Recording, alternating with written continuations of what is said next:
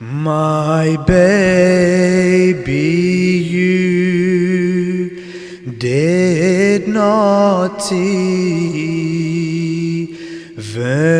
say goodbye.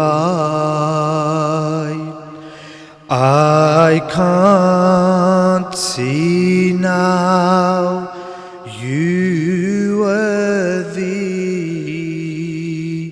light to my eyes. I heard a cry that shook me to the core. You can't even crawl. How can you go to war? Asghar, where have you gone? Asghar, where have you gone? As your mother, I ask you, son, do answer. Have you joined your grandfather by the Kawthar? Are you now with your butchered brother Akbar? I wonder what state you met your Creator.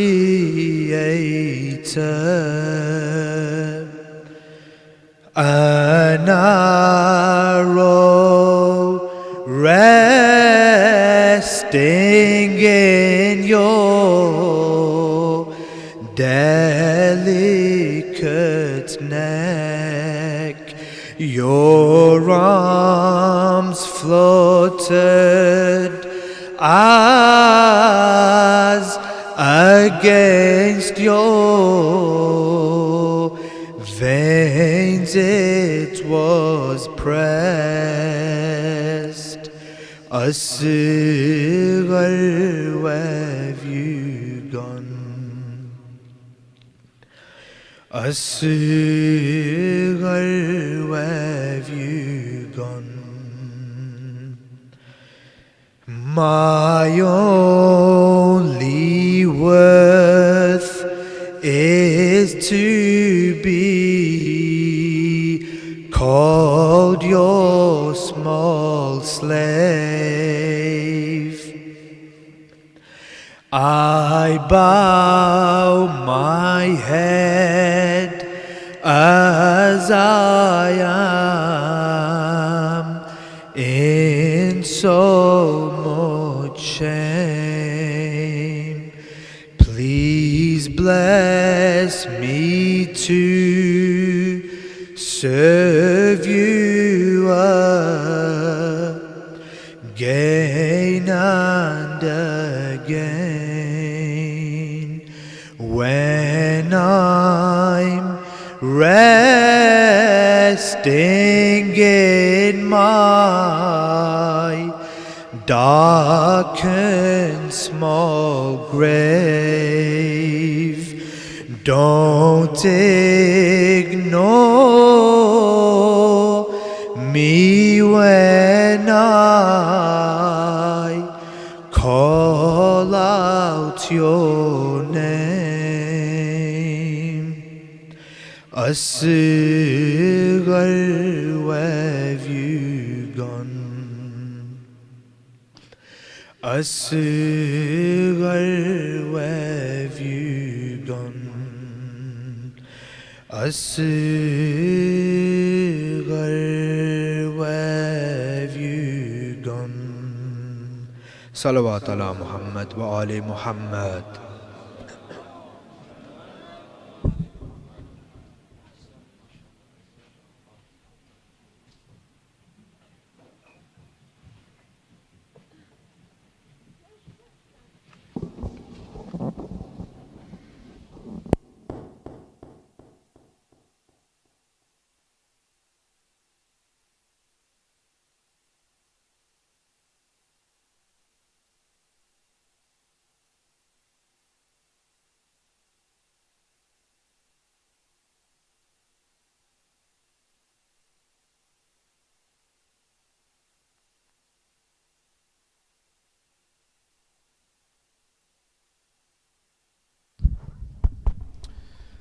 Just a few announcements before we begin the program. So today after the lecture there will be a special Q&A session with Dr. Ali Al-Hilli. So you're requested to stay on after the matam, or we'll have a Q&A session. A reminder about tomorrow, we'll start at 2 p.m. tomorrow, so it's an earlier start time. There will be no program in the evening, so you're requested to arrive at 2 p.m. tomorrow. The next Majlis program that we have in Manchester is a joint program at Jamiat al-Muntadhar. This will happen on Saturday the 17th of November. This is a joint program organised by Muhibban IUS, 10th Day, Momin Professional Network and the Imam Mahdi Awareness Campaign. So you're all requested to attend that Saturday it's Saturday the 10th of November, not 17th. It's the 10th of November, Saturday the 10th of November at 7 p.m. at Jamiat al-Muntadhar. I'd just like to draw your attention that we have an appeal for Yemen. There are some raffle tickets on sale at the back, and there's some various gifts to be awarded. So without any further delay, I'd like to welcome Dr. Ali Al-Hilli up to the lectern to deliver his lecture for tonight. Please welcome him with a loud salawat.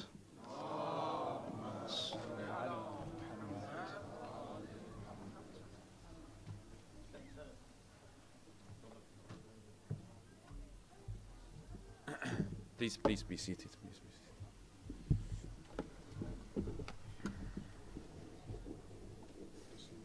Fingers crossed there. Huh. Yeah, that's good.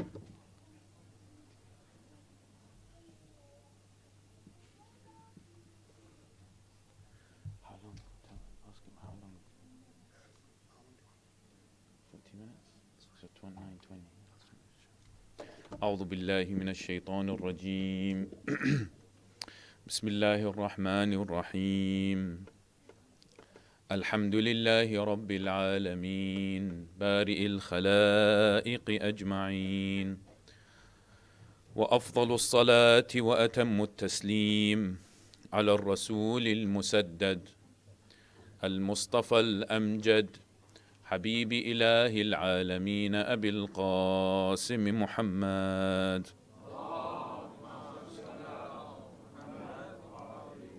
وعلى آله الهداة الطيبين الطاهرين وأصحابه المنتجبين وعلى جميع أنبياء الله الصالحين.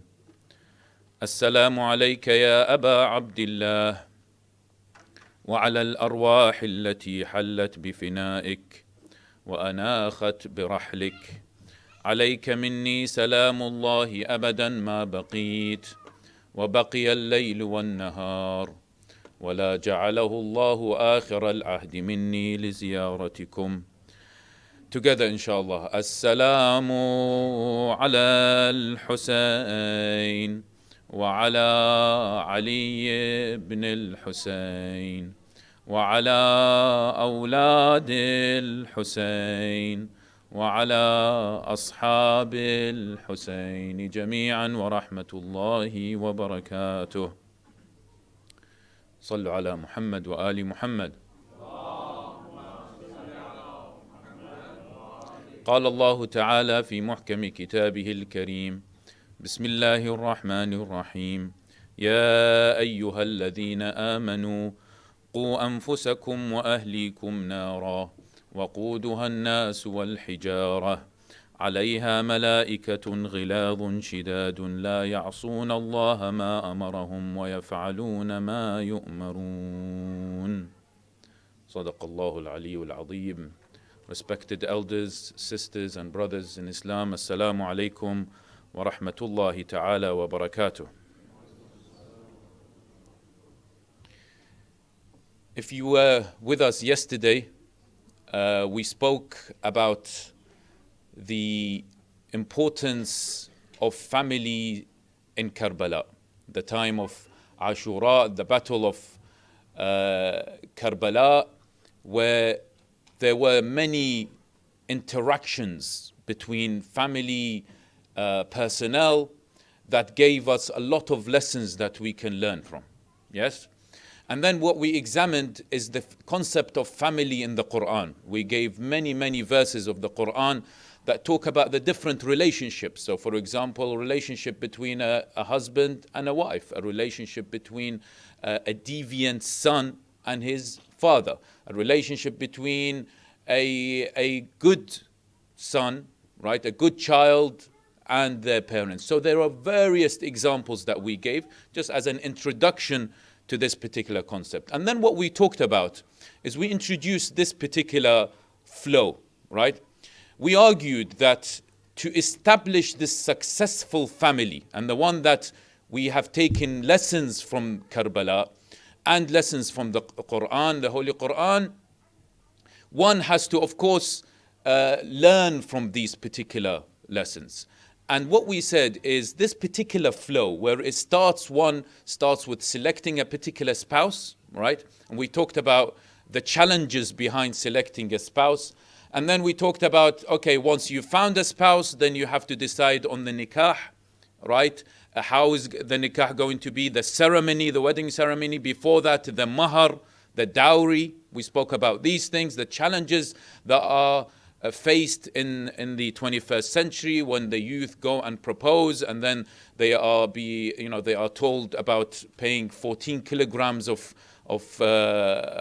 gold, right, for their dowry, etc. And we talked about the mubadhirin, the squanderers.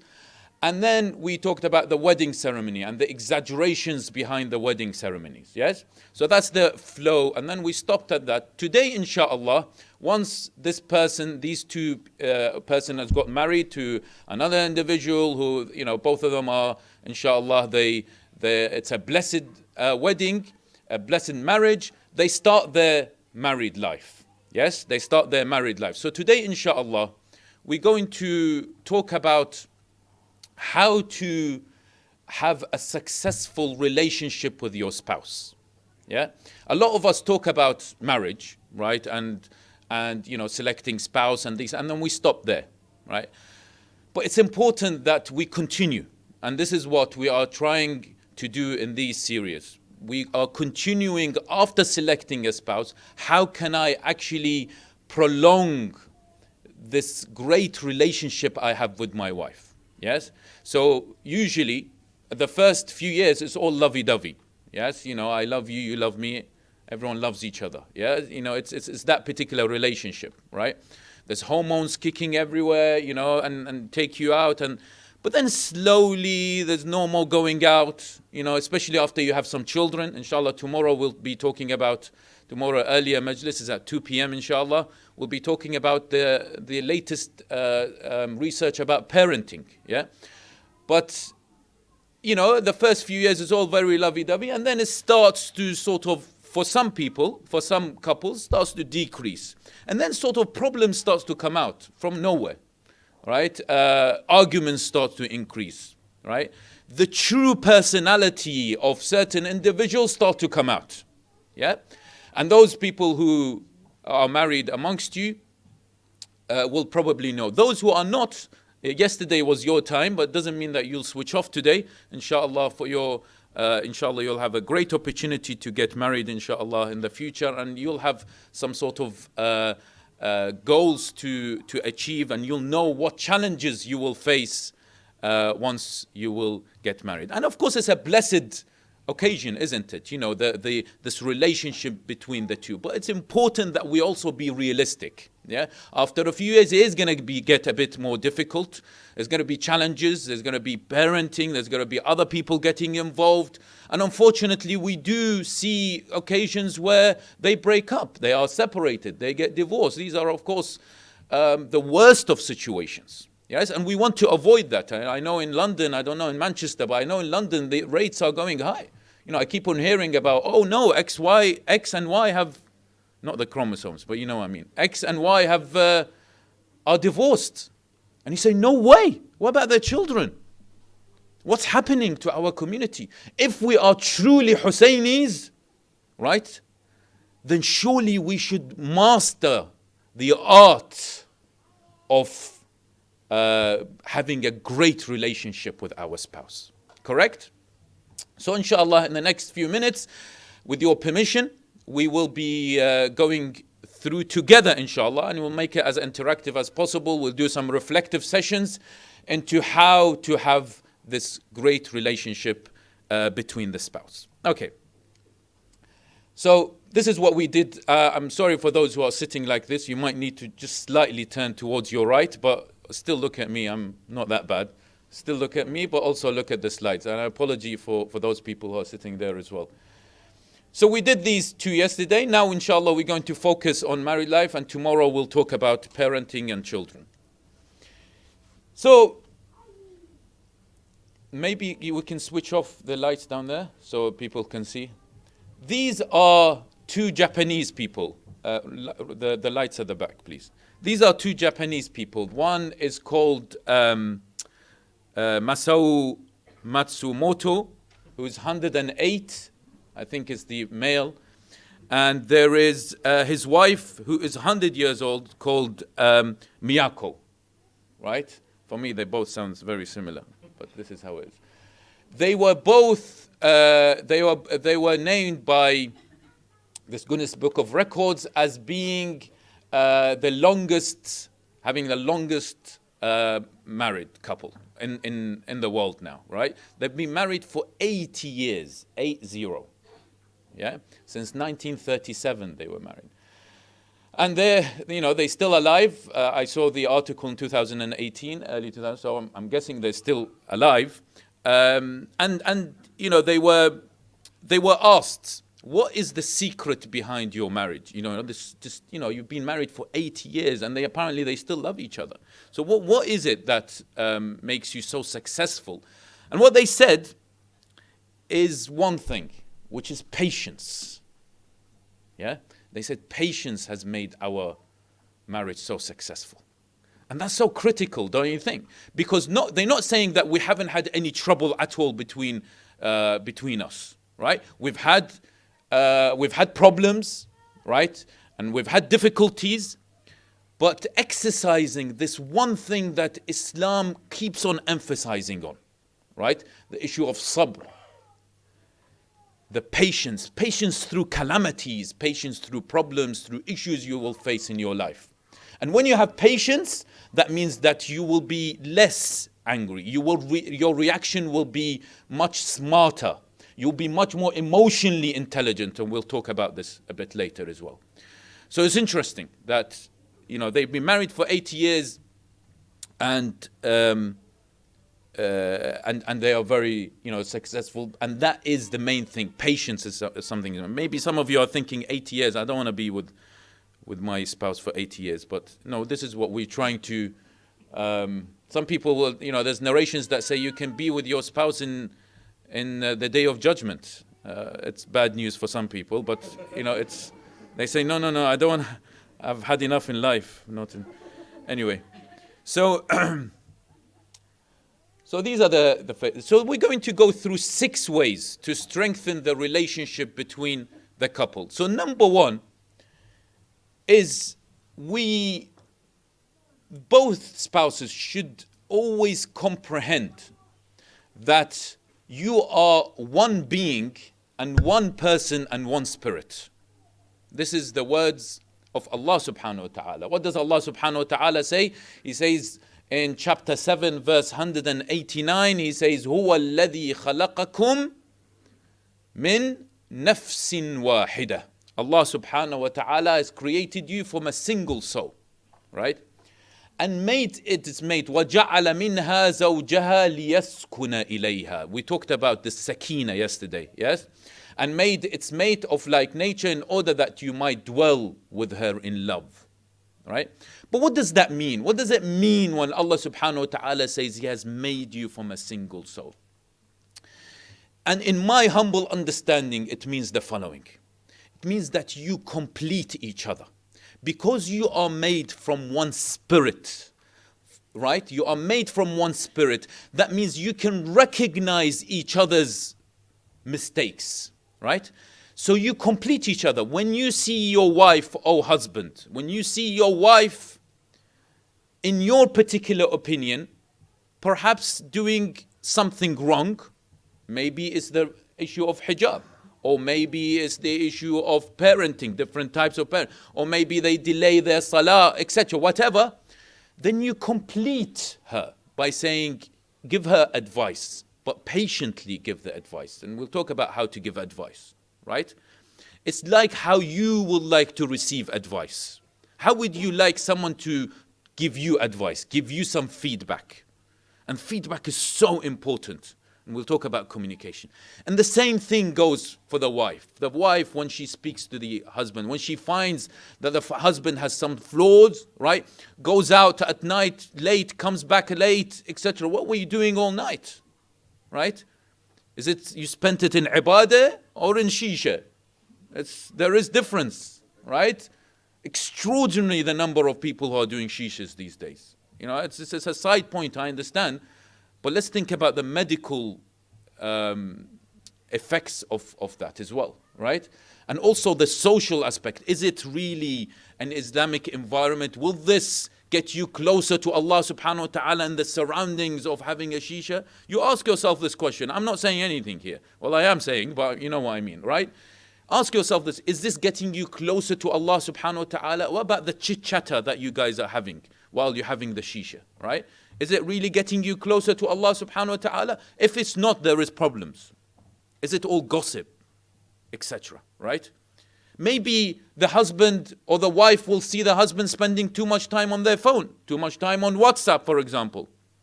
Yeah, there is lots to talk about this issue of mobile phones, right? We have our kids who are using mobile phones these days, right?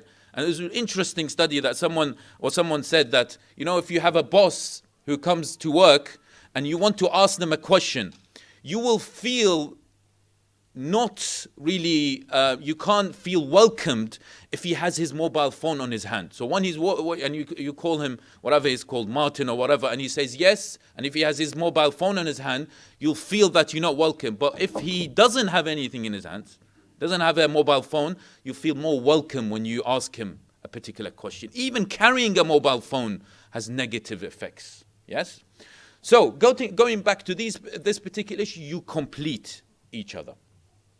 Allah subhanahu wa ta'ala also says in chapter Surah Al-Baqarah verse 187, He says, هُنَّ لِبَاسٌ لَكُمْ وَأَنْتُمْ لِبَاسٌ لَهُنْ. That your wives are your garments and you are a garment for them. Right? You're a garment for each other.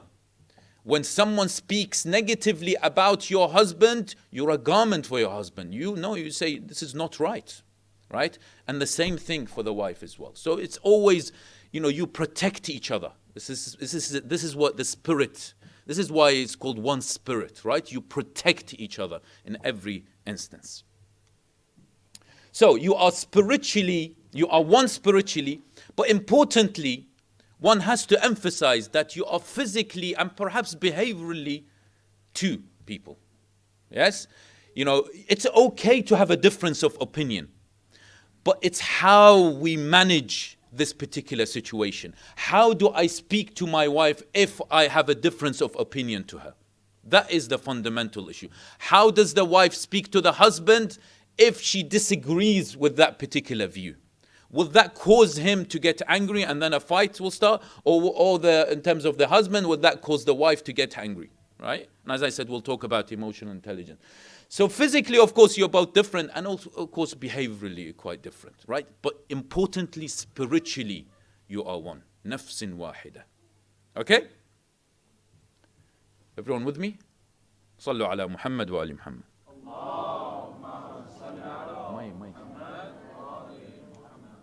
Number two, it's important that as you're going along in your life, right, in your married life, you do a love check. It's important we do a love check. And it's, you know, I've chosen these topics importantly, and I'm challenging the status quo, right? People don't talk about these topics in the minbar or standing up. I don't have a minbar, but you know what I mean, right?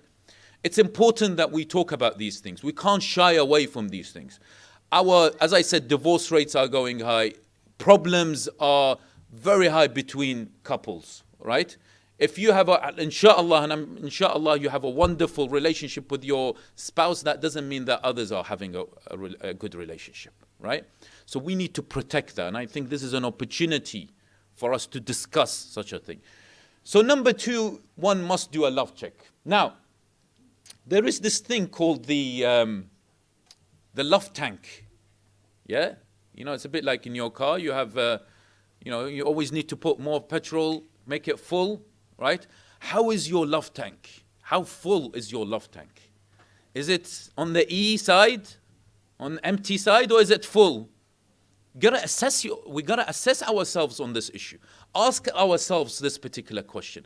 But what does it mean when I say how full is your love tank? It's how much do you feel loved by your spouse? Right? How do you feel? Is there such connection? Is there this love that you can only explain what it means, right? There is this connection between you and you complete each other, yes. Do you behaviorally accept each other's opinions, right? Do you protect each other? Are you garments of each other? So what I want to do, my brothers and sisters, is I want you to, in the next half a minute, do a reflective session. For those, of course, who are married. For those who are not married, inshallah, for the future, right? But those who are married, just think about it for a bit, right? How much do you feel loved by your spouse? Because if it's quite low, right, then we're going to talk about something called the love language in a bit, right? Maybe you should get to know your own love language, and maybe you should encourage your spouse to get to know their love language as well. Just take a few seconds, right, to critically think about how much do you feel loved by your husband. In a scale of very high, medium, low, and very low. Yeah? Just remember that tank. Where is it on that scale? Is it on near the empty or is it near the full? And be critical of yourself.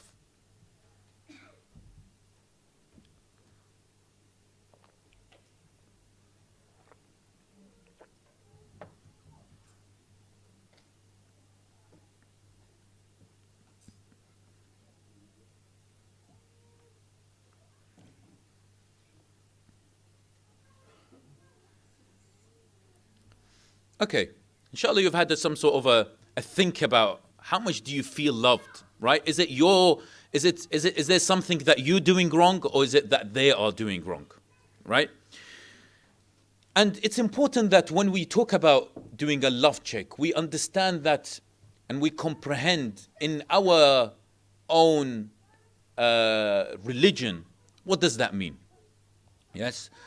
And it means that we love each other, the spouse, they love each other because we love Allah subhanahu wa ta'ala. Allah subhanahu wa ta'ala is right in the middle of our relationship. She loves me because I love Allah subhanahu wa ta'ala. And I love her because I love Allah subhanahu wa ta'ala. This is the connection that we have between each other. Correct? How much does she, oh husband, remind you of Allah? This is what love means, right? And how much do you remember her, right? Remind her of Allah subhanahu wa ta'ala. Right? It's all about remembrance. When it's the time for salah, you remind each other. In fact, you have a competition. Right? You have a competition. Who actually reminds each other of the prayer time? Right? Is it the time of prayer or not? Come, let's get up and pray. Getting closer to Allah subhanahu wa ta'ala doesn't of course just mean worship. Of course it means in terms of the akhlaq. When you show this beautiful akhlaq, this is getting you closer to Allah subhanahu wa ta'ala. So this is how much, you remind each other of Allah subhanahu wa ta'ala. And certain people will argue, of course, this is the cliche thing of, do you say you love me and I say I love you and things like that. And of course, these particular things are important, even if it's just words. But these words are still important, right? As we grow older in our relationships, we start to be a bit like, I don't want to say I love you, right? When you get to your 40s perhaps and you're 45, it just seems a bit weird. Why? Go out, welcome, just open the door one day and just when you come home from work, if you're the wife or your husband, of course the wife also works, right? Gotta be very careful these days, right? The wife also works. So when she comes home and the husband is at home, yes, it does happen, right? She says, I love you, my husband. Just for no apparent reason. Just, I love you, right? Just sometimes, even if it's not that much in your heart, but just gotta say it. And it does really, it's appreciated from both sides, I am pretty sure. So, there is this book called The 5 Love Languages. Anyone heard of this book? Anyone read this book before? Anyone heard of this book? No. Okay. The Secret to Love That Lasts. Okay, this is quite good. It's quite good that we can benefit from. Yes, we can benefit from these things. It's someone called Gary Chapman. And we're going to go through these 5 languages very quickly, inshallah. The number 1 is words of affirmation. Praise. What's important is, I hope your love language. Remember the reflection we did? If it's getting towards the low side, your tank is getting towards the low side, right, then perhaps you might need to know your love language, right? And getting to know your love language is not it's not something that is revolutionary, right? But still will help you to find out how can you please your spouse, right? So maybe it's the words of affirmation. Maybe the wife knows that the husband's love language is the words of affirmation. So he wants always constant praise. Praise him. If that's what gets you closer to him, praise him. Right? That's number 1. Number 2, acts of service. So for example, husband, maybe one day you can take care of the kids and the wife can go and visit her friends. A bit of a break from the kids. Yeah, there's nothing wrong with the kids, but a break from the kids, right? Acts of service. Maybe that's her love language, right? Find out if that is her love language and she will get closer to you, then start doing that more often. Number 3 is affection, perhaps a warm hug, touch, etc. Get to know that particular language. Number 4 is quality time. Perhaps spend some time, watching a movie, right? Going out, if it's possible, cooking together. How many of the husbands, they cook with their wife? I don't do that. I know, unfortunately, my wife is here today, so I can't just brag about things. But it's I don't cook with my wife, but maybe that's what I should start doing, right? I'll regret this. or going out, have these opportunities where you can go out. And spend good quality time. Remember the times when, after the nikah, the aqd time, as we say in Iraqi, after the wedding, you just kept on going out, restaurants, movies, etc. Yeah? Or was I just the only one? Yeah? Right? So, start to maybe go out to a particular place that reminds you of your wedding times. Yeah? Just try to renew that relationship, if it needs renewing, of course. Number 5, this book says, is gifts, right? buying gifts, flowers. Now, I'm going to say this and I feel a big hypocrite, right? I say these things like, why don't you bring flowers to your wife, right? And I know my wife loves flowers and I still forget. But inshallah, I will start doing that. But if that's her love language, then surprise her with some flowers. I remember once a particular scholar, I was listening to him, and he said that, one day he brought some flowers to his wife, and then she looked at him. He said, "Okay, what have you done wrong?" So it's fine. It's just a surprise, but it's still good to, make it a surprise. If that's their love language, maybe they don't really want gifts, perfume, whatever. Maybe they don't like that. That's not what connects you two together. Number 3 is honesty. This is vital, my brothers and sisters. It's important that we also sit down with our wife, or the wife sits down with the husband, and make a list of things you like to see yourself improve, right? And ask them to make the same list. We're very, very good. We're experts at criticizing others, aren't we? I'm an expert at criticizing my wife. You say, my wife, why didn't you do this, etc., right? But how many of us actually criticize ourselves, right? Just reflect on what you do badly in your relationship. Write that down. Maybe you get angry quite a lot of the times. Maybe you don't help in the household. We know from our hadith that the best of marriages was the marriage of Fatima al-Zahra and Imam Ali alayhi salam. Correct? And narrations say that they shared the responsibilities at home. Right? Imam Ali alayhi salam used to do some of the chores. He used to bring wood for the fire, right? And he used to clean the house. And at that time, he was cleaning the house, like vacuuming is difficult. But how many of the men know where the vacuum cleaner is? Right? Do you know where the vacuum cleaner is? Let alone trying to do vacuum. So it's important that you share that responsibility inside the house. Yes? So write a list down.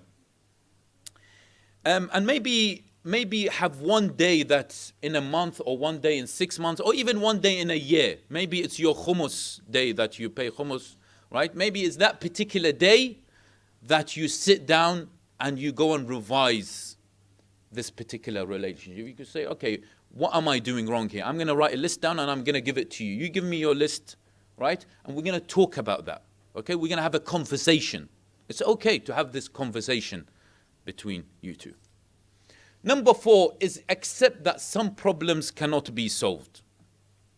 It's the test of a happy relationship, my brothers and sisters, is how they choose to work through problems. You choose to work through problems. You will get problems, or you have had problems.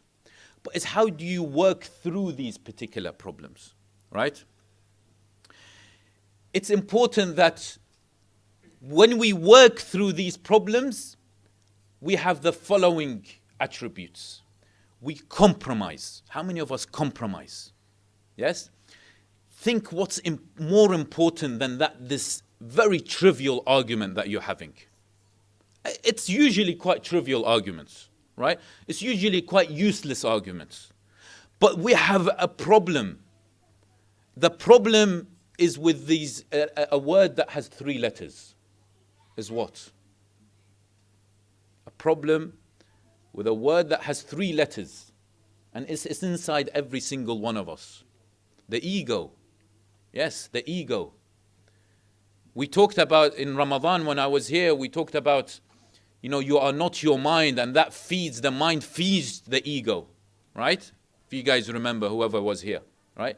It's the ego that how can I actually how can I make sure that I elevate my ego rather than diminish my ego? Right? It's the ego. I need to satisfy my ego. I need to stroke my ego. The ego is shouting, give me more, give me more. How can she talk to you like this? right? I say, yes, of course, I've got to shout at her. I've got to be angry at her because I've got to stroke my ego. Yeah? So it's got to be compromised. And of course, we got to change as well.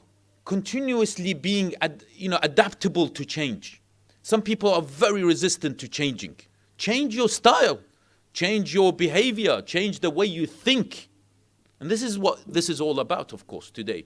It's for us to rethink about how can I change some of my habits in my relationship. And it's important that we finding is just not that important to stew over, right?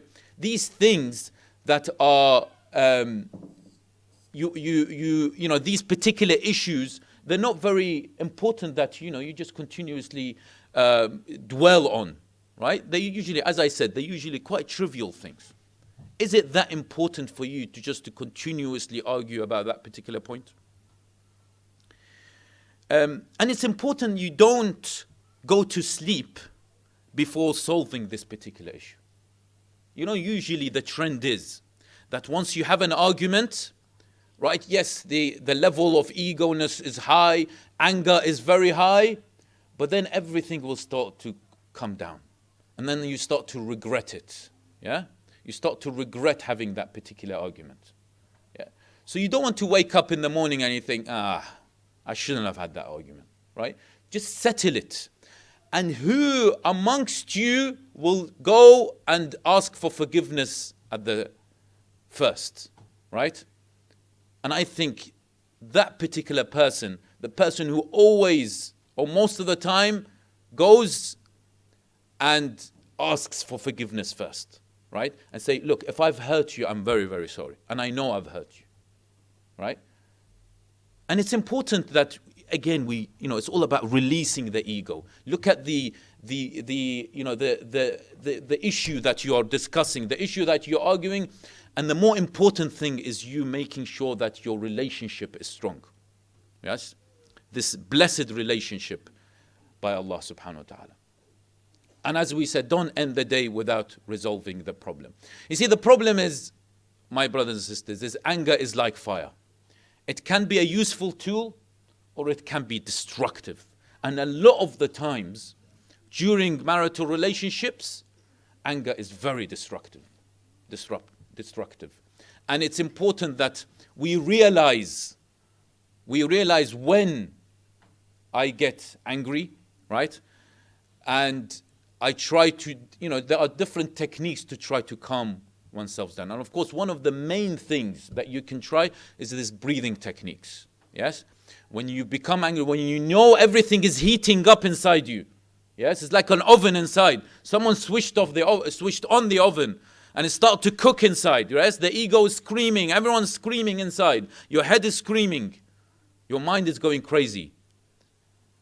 Try to slowly switch off this oven, right? Cool it down. Of course, do dhikrillah subhanahu wa ta'ala. Read a bit of Quran, right? But also importantly, consciously do dhikr of Allah subhanahu wa ta'ala. Yes? And then slowly but surely you will cool down. And it's important we realize, some people don't even realize that they get angry.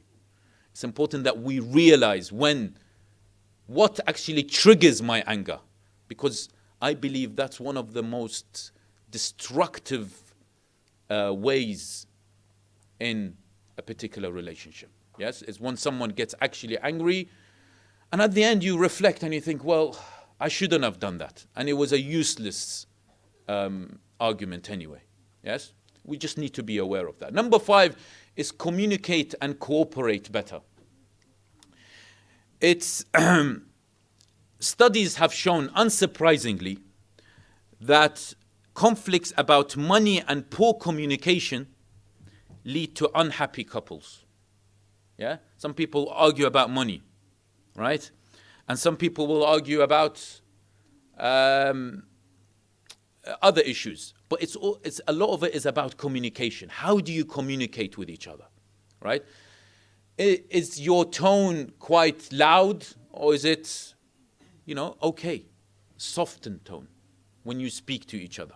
Because that's inviting someone to get getting, you get angry and you get confrontational through your tone. Yes? So I think it's vital that you communicate better. Someone once said that some people listen but do not hear. Some touch but do not feel. And some look but do not see. Some talk but do not say anything. And some are alive but do not live. Yeah? And in this particular case, what we're saying is, you've got to actively listen. Yes? We men are quite bad at this. Our mind sort of goes somewhere else while the woman talks, right? Think about how Liverpool hammered Cardiff today and things like that, and Manchester United are having a worse time of their life. But it's important. It's important that we think about these things, but not while we're having that particular conversation. Yeah, it's important we actively listen, and this is of course a message for me as well. And they tend to say that women want to be heard, so just listen, right? But men try to fix things. We're very good at trying to fix things, but they say no, just wait. Just listen. If your wife comes back from work and she says, from anywhere, and she's gone through so much traffic, and she said, I've gone through so much traffic and things like that, and we want to fix things. So why don't you use the navigator and try to move towards that particular way? We want to fix things, but just sit down and hear her. This is empathy. Just hear her and then say, Allah yasa'dik, right? May Allah subhanahu wa ta'ala be with you. It's okay. It's fine. This is where it is. We just got to listen a bit more. Right? And finally, one before finally, is, these two are the worst people. I'm giving an example of the worst people who are in this particular example of debating. Right? And I think I put this purposely because I think in our community we're really not good at debating. We're really not good at having a constructive argument, having a constructive discussion, okay? Debate is above all a way for those who hold opposing views to discuss controversial issues. Discuss controversial issues between you and your wife, yeah? It's fine, right? But without descending to insult, emotional appeals or personal bias. We tend to do that because we get emotional in I can't take someone else's point of view. Let's take that outside of a relationship. In the outside world, why can't I accept someone else's point of view if that point of view is of course logical and is not insulting my religion or anything, but I have a debate with them. It is narrated that our imams, that the Prophet ﷺ, our imams used to have debates with the unbelievers, right? وَجَادِلُوهُمْ بِالَّتِي هِيَ أَحْسَنُ, and have a discussion with them, right, in the best possible way. This is Allah subhanahu wa ta'ala saying. But why in our communities we're not pressuring hard to have constructive debates? Why isn't organizations preparing debates, right? Maybe a lot of people have had enough of just lectures and people, talking from the. And of course, lectures are very important, and we should continue them. But also, in addition, we should open up for debates, whatever the debating may be. But having that skill of debating, I think, is important, and we should continuously introduce such skills in our communities. And of course, without a doubt, if you have this debating skills in your marital life, it will serve you right. And finally, my brothers and sisters, and I will end very, very soon, is being emotionally intelligent. And emotional intelligence is something huge, and I've talked about this before. And it's essentially emotional intelligence is you are aware of your own emotions and the people surrounding you, right? And people who are close to you. You understand their emotions. Sallu ala Muhammad wa ali Muhammad.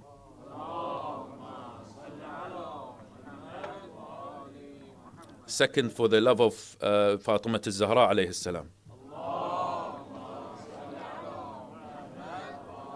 The third, for the love of Amir al-Mu'mineen with the loudest of voices.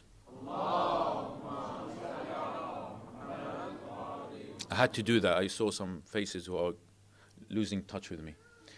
Okay, so what we must do is we must be aware of each other's emotional nutrients. What instigates your wife to get angry? Do you know what?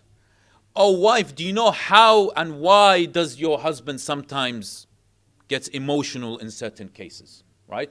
Do you understand each other's emotions? Let's be intelligent emotionally, right? So that I can make my marriage successful. And there is this emotional intelligence tests, right? Try to do it. Sit down again with your wife. Not just do the love check, but also do this emotional test, emotional intelligence test. Find out how emotionally intelligent you are. And it's vital. There's lots to talk about this, of course. But one practical thing that one can do is you have two lists. One is you write down your 3 most important emotional nutrients, you and your spouse. And number 2, you write down what you think are the 3 most important emotional nutrients for your partner, right? And then exchange those notes, right? Through honesty, as we talked about, through communication, as how we talked about before, is we get this great and successful marriage. And of course, when we look back into our narrations, we find that the house of Ali ibn Abi Talib and Fatima al-Zahra alayhi salam was the house of spirituality, was the house of Iman. When Rasul sallallahu alayhi wa alihi wasallam used to come back from battlefield, he used to go and pray 2 rak'ah in masjid and then goes where? Goes and visits the house of Ali ibn Abi Talib and Fatima al-Zahra. And what we should try to achieve, my brothers and sisters, is have this spirituality, have this household, have this family structure, the same as the structure of Fatima al-Zahra and Ali ibn Abi Talib, alayhum as-salam, right? It's important for us to make our household spiritual. If and we'll talk about this tomorrow, if myself and my wife, we constantly fight, then our kids will pick up this issue as well, right? And we'll find that this argument is absolutely fine, yes? So it's important that we look up to this marriage of Fatima al-Zahra and Ali ibn Abi Talib, and we try to find ways, as we talked about today, in some of the ways to strengthen that particular relationship so that Allah subhanahu wa ta'ala can give this blessing. And of course, He has given us a lot of indications that, you are one spiritual being. So He will help, but you have to try to give that extra effort to make that relationship stronger. And when we look back at history, we look back at Karbala, we find that, of course, there was this relationship, this beautiful spiritual relationship between husband and wife. And one of them was the wife of Abu Wahab.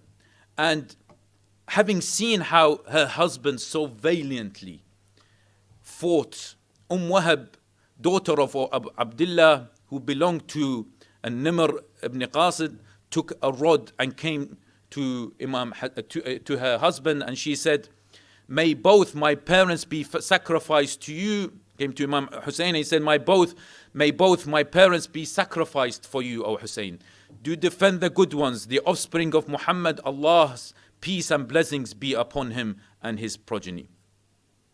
But then Imam Hussein wanted to take her back. She was this lady who was, an obedient wife. Someone who felt the need for Abu Abdullah al-Hussein to, and his mission. She understood his mission, right? And as a woman at that particular time, it wasn't normal for a woman to go and fight. And Imam Hussein alayhi salam constantly told the woman that, no, you do not need you to fight, but we need you to pray, constantly pray for this mission.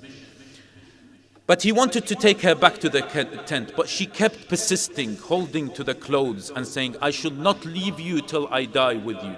And Al-Hussein called out to her saying, "May you be well rewarded on behalf of your Prophet, Ahlul Bayt. Go back to the tent. Women are not required to fight." But when Abu Wahab, he went to the battlefield and he was put to death, she walked towards his corpse and sat at his head, wiping the blood from it and saying, "Congratulations for having earned paradise. I plead to Allah subhanahu wa ta'ala, who blessed you with paradise, to make me join you." Al-Shimr la'natullahi alayhi, he heard her and told his slave Rustam to hit her head with a rod, which he did.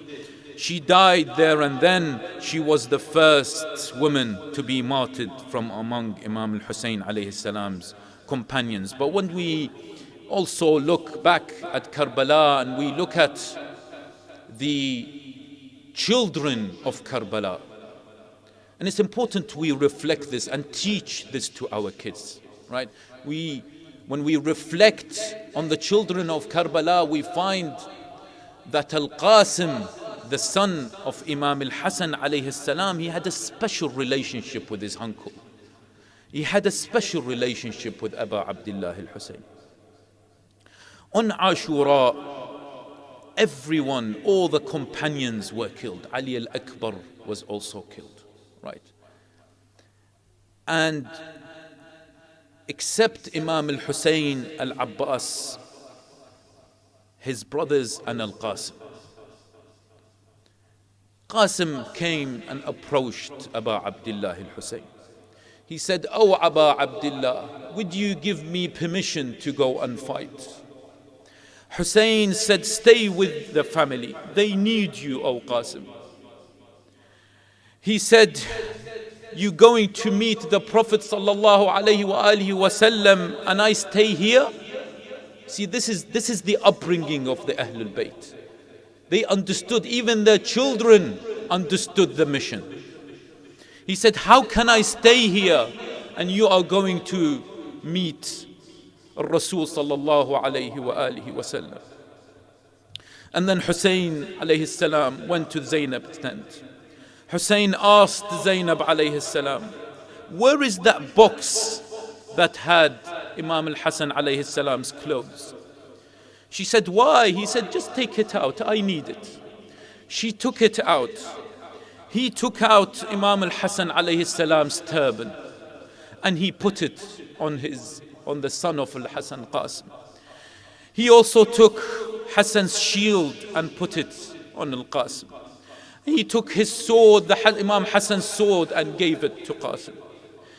And then he gave him permission. He told him, "You are ready now, my son. You are ready now to go and fight for justice, fight for equality, fight for human rights, fight for Ahlul Bayt."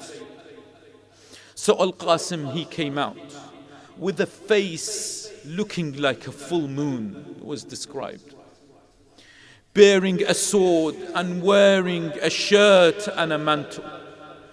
On his feet he wore sandals. He said, "In taraktumuni fa'ana najlu al-Hasan صبط النبي المجتبى والمؤتمن هذا حسين كالأسير هذا حسين كالأسير المرتهن بين أناس لاصقوا صوب المزن." And the sandal string on his left foot while he was in battle came out. It was ripped. It wasn't custom on the battlefield to fight barefoot. So then Al-Qasim went down and tried to fix his sandals. And therefore he stopped for a moment. And then while he was tying his sandal, he regarded those enemies as no more valuable than his own sandal, paying no heed to their multitude, feeling unconcerned about their thousands. While he was tying his sandals, Amr ibn Sa'd ibn Nafil al-Zaydi attacked him. He hit Al-Qasim with a sword on his head, and Qasim fell face forward, crying, "Oh uncle, oh Hussein." Narrations say that Al-Hussein alayhi salam, he approached him like how a lion will approach his prey. He came down running from the hill. Hussein alayhi salam, he killed the killer of Al-Qasim. And then Hamid ibn Muslim, he narrates, he said that I couldn't see anything after that. When the dust was settled, Hussein saw Qasim lying on the ground. Qasim was pushing his legs in agony. You know, you see these babies, they push their legs while they are in agony. Qasim was pushing his legs in agony. Al-Hussein said, away with people who have killed you, while their opponent on the day of judgment will be your grandfather. Then he said, as hard it is by Allah that you call upon your uncle to help you, and he cannot answer your call, or that he does answer it but cannot do much for you.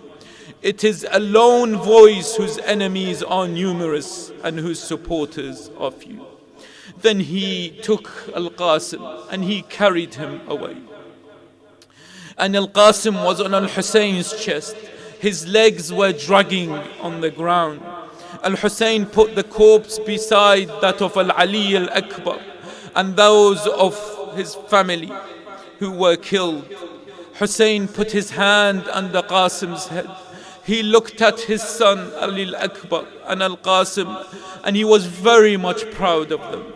Then he raised his eyes to the heavens and supplicated, O Allah, count their numbers and do not leave any of them alone, and do not forgive a single one of them. Be patient, O cousins, be patient, O my Ahlul Bayt. You shall never meet any hardship after today. ولا حول ولا قوة إلا بالله العلي العظيم وسيعلم الذين ظلموا أي منقلب ينقلبون والعاقبة للمتقين.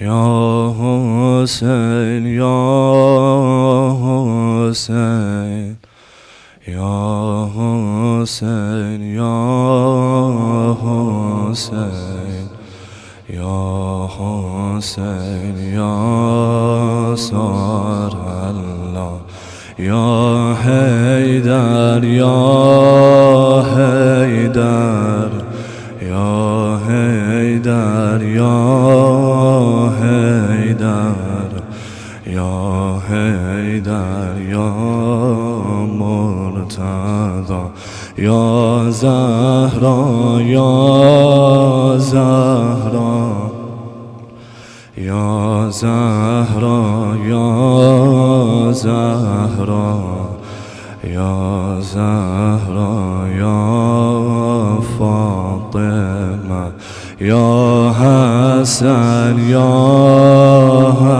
Hassan, Ya Hassan, Ya Hassan, Ya Hassan, Ya Mujtaba.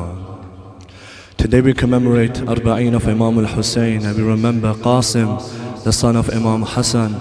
We send our salams to the lonely graveyard of Baqi and to the shrine of Abu Abdullah. Please brothers, there's a lot of space. If you can help and join and come forward, if all the brothers can come forward.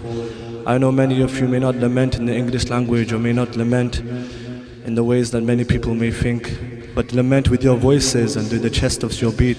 May it be minimal or may it be passionately, but just join me in lamenting Abu Abdullah, and with the voices and with the beats of your chest we keep the institution of Imam Hussein alive.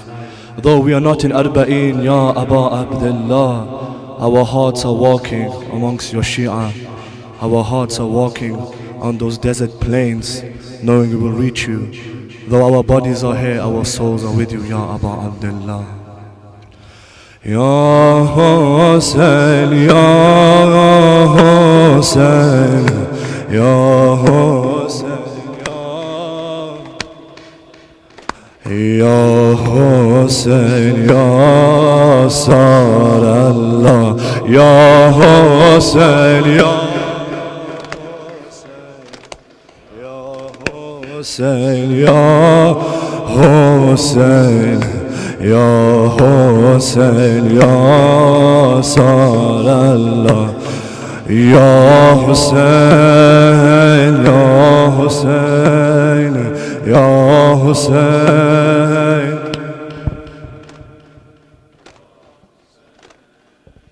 With your voices, inshallah, reach voices to Karbala, inshallah. Reach the shrine of Abba Abdullah with your voices. Ya Hussein, Ya Hussein, Ya Hussein, Ya Hussein.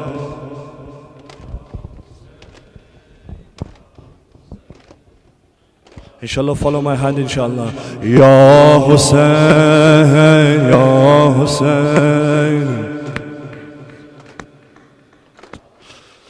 Flying from Karbala, flying from Karbala to Najaf is Jibreel. Flying from Karbala to Najaf is Jibreel. Oh Murtaza Ali, your Hussein is now a shaheed.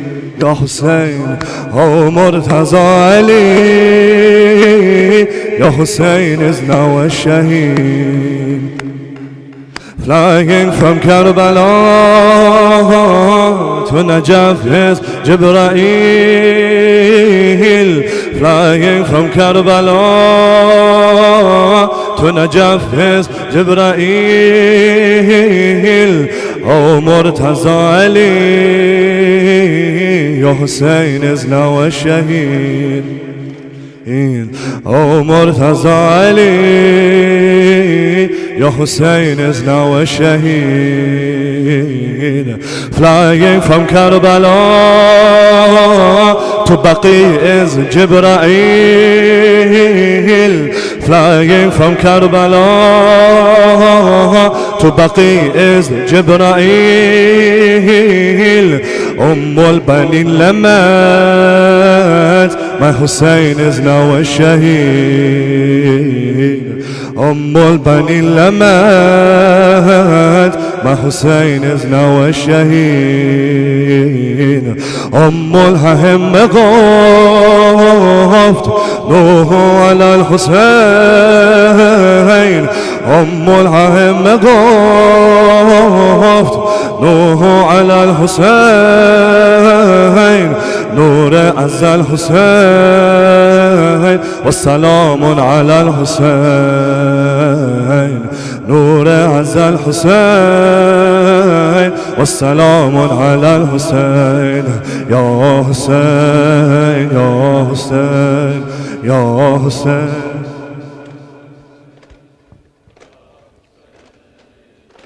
السلام عليك يا غريب وطن، أيها المجتبى يا سيدي يا حسن. Oh, the son of Zahra, call us to Medina. Oh, the son of Zahra, call us to Medina. Why Hassan John, why Hassan John, why Hassan John, why Hassan John. Today we remember Imam Hassan. Why do you remember Imam Hassan? Because millions are going to Imam Hussein. They walk to him for Arbaeen and see his golden shrine.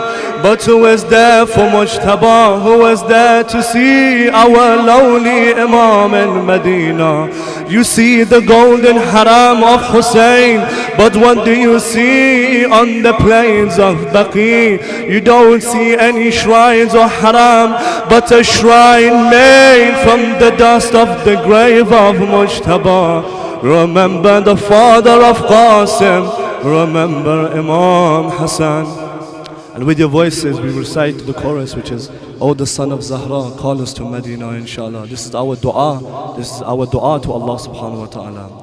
السلام عليك يا غريب وطن، السلام عليك يا غريب وطن أيها المجتبى يا سيدي يا حسن أيها المجتبى يا سيدي يا حسن. Oh, the son of Zahra, call us to Medina. Oh, the son of Zahra, call us to Medina. Why Hassan John, why Hassan John, why Hassan John, why Hassan John. Oh, the one who the world oppressed you all of your life. Oh, the one who the world oppressed you all of your life. How do I tell people that you were killed by your wife? How do I tell people that you were killed by your wife?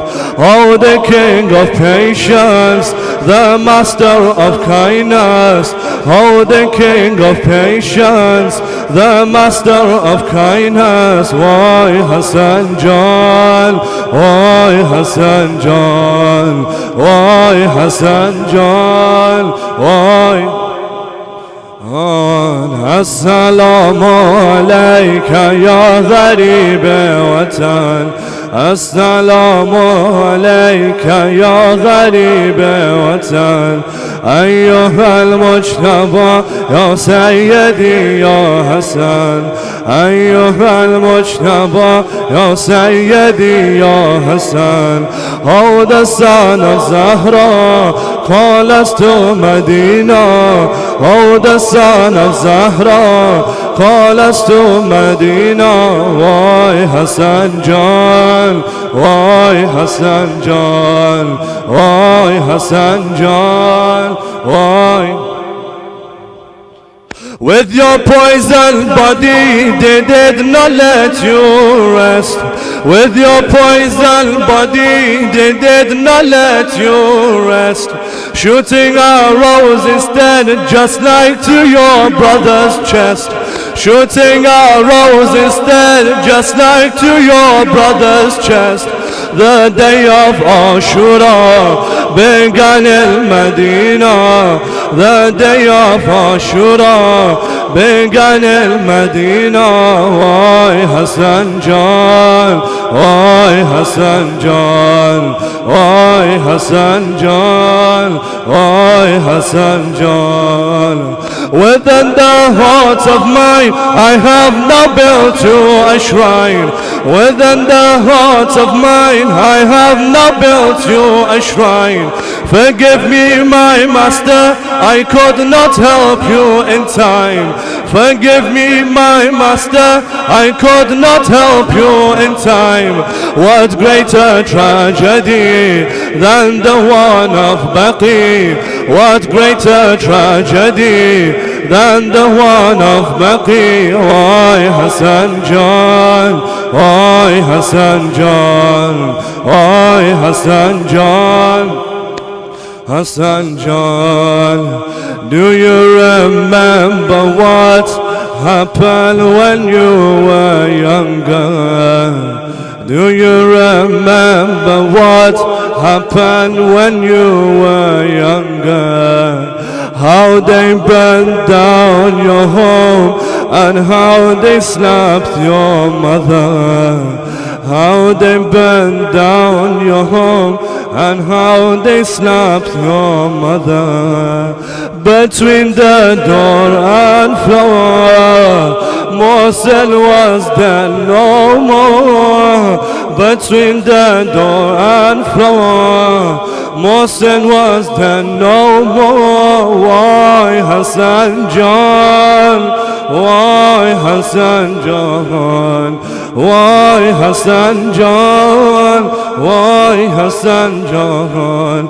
Why Hassan John? Why Hassan John? Why Hassan John? Why Hassan John? Why Hussein? Ya Hussein? Ya Hussein? Once again I will start my walk to you, my Hussein. Karbala, Karbala to you, my Hussein. Karbala, Karbala. Once again I will start my walk to you, my Hussein. Karbala, Karbala to you, my Hussein. Karbala, Karbala. My love rises every step I take. My love rises every step I take. Inshallah I will make where Zahra always Hussein Sarallah. My love rises every step I take. My love rises every step I take. Inshallah I will make where Zahra always Hussein Sarallah. Hussein Sarallah. Abba Abdullah. Hussein Sarallah. Abba Abdullah. Hussein Sarallah. Hussein Sarallah. Abba Abdullah. Mashallah, mashallah. Hussein Sarallah. Abba Abdullah. Once again I will start my walk to you, my Hussein. Karbala, Karbala to you, my Hussein. Karbala, Karbala. My love rises every step I take. My love rises every step I take. Inshallah I will make where Zahra always Hussein Sarallah. Oh, Hussein Sarallah. Abba Abdullah. Hussein Sarallah. Abba. Oh, Hussein Sarallah. Oh, Hussein Sarallah. Lord, with my heart I will call your name, I will rise calling you Hussein, Hussein. I will die when I call Hussein, Hussein. With my heart I will call your name, I will rise when I call Hussein, Hussein. I will die calling you Hussein, Hussein. I see your flag flying in the sky. I see your flag flying in the sky. Until the day I die, I will raise it high. Hussein Sarallah. I see your flag flying in the sky. I see your flag flying in the sky. Until the day I die, I will raise it high. Hussein Sarallah. Hussein Sarallah. Abba Abdullah. Hussein Sarallah. Abba Abdullah. Hussein Sarallah. Abba Abdullah. Hussein Sarallah. Abba Abdullah. For all the Murhamin and Mu'minat, especially for our du'as and the shifa, for any Mu'minin and Mu'minat, recite with me facing the Qibla inshallah. 5 times inshallah. ما يجيب المستغيثات دعاء ويكشف السوء. أعوذ بالله من الشيطان الرجيم. بسم الله الرحمن الرحيم. أما يجيب المضطر إذا دعاه ويكشف السوء. أما يجيب المضطر إذا دعاه يكشف السوء أما يجيب المضطر إذا دعاه يكشف السوء أما يجيب دعاه يكشف السوء أما يجيب المضطر إذا دعاه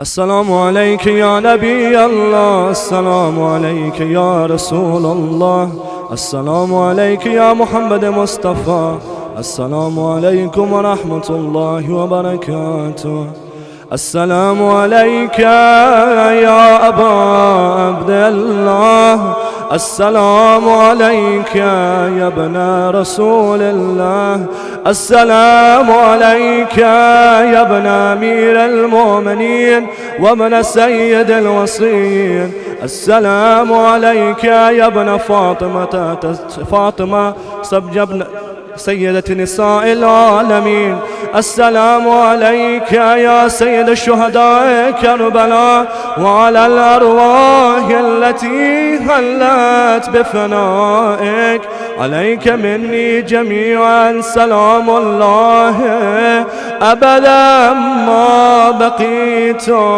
وبقي الليل والنهار يا أبا عبد الله السلام على الحسين وعلى علي بن الحسين وعلى أولاد الحسين وعلى أصحاب الحسين السلام عليكم ورحمة الله وبركاته السلام عليك يا أنيس النفوس السلام عليك أيها المدفون بأرض طوس السلام عليك يا علي بن موسى الرضا الرازي بالقدر والكذا ورحمة الله وبركاته السلام عليك يا مولاي يا صاحب الأسر والزمان الأمان الأمان الأمان بفترة الزمان السلام عليك يا شريك القرآن السلام عليك يا خليفة الرحمن السلام عليك يا أمام الإنس والجان السلام عليك يا ضافي الظلم والعدوان أجل الله تعالى فرجك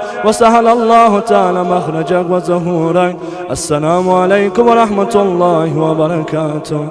Inshallah after this I think refreshments Q&A straight away. Reminder that tomorrow it starts at 2 p.m. Okay. Inshallah, straight after this, you can join us and join Dr Ali Al-Hilli and to be blessed by a Q&A. Ask your questions and ask Dr Ali Al-Hilli any of your questions tonight, inshallah, just straight after this. If you can sit down, brothers and sisters. A reminder for tomorrow's program, it will start early at 2 p.m. Inshallah, that works well for me. I can go home and rest, but, inshallah. And the clocks go backwards tonight as well. I was just reminded by Brother Ghassan. So make sure, if you come 1 hour late, then you know that, you just missed the time. So make sure you change your clocks tonight. And the majlis tomorrow is at 2 p.m. So inshallah, for all the murhameen and mu'minat, especially for the shuhada around the world, and for those who have no one to recite Surah Al-Fatiha for, please recite aloud salawat and Surah Al-Fatiha.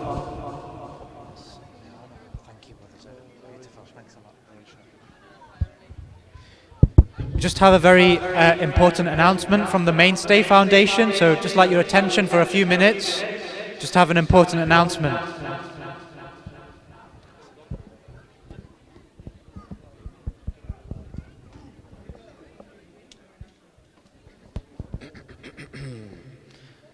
Assalamu alaikum, dear brothers and sisters. If I can just have your attention, inshallah, for just 2 minutes, I won't take much of your time. Inshallah, just to introduce the Muslim Convention. Actually, yeah, if everyone can just take a seat for 2 minutes, inshallah, we won't take much of your time, inshallah. أفلح من صلى على محمد وآل محمد.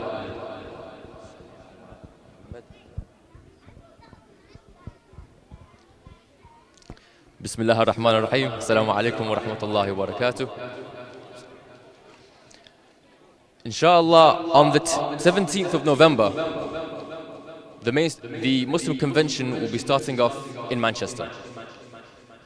inshallah, in partnership with IUS, the World Federation, Ahl Bayt TV, and many more national partners, we will be starting something new in the UK.